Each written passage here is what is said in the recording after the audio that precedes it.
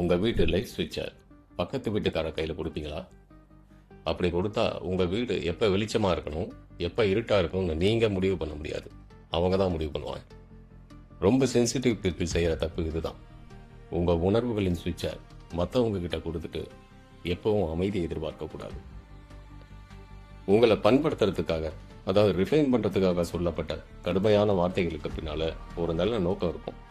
அதை புரிஞ்சிக்க முயற்சி செய்யுங்க. உங்களை புண்படுத்துறதுக்காகவே பயன்படுத்தப்பட்ட சொற்களாக இருந்தால் அதை இக்னோர் பண்ணுங்க.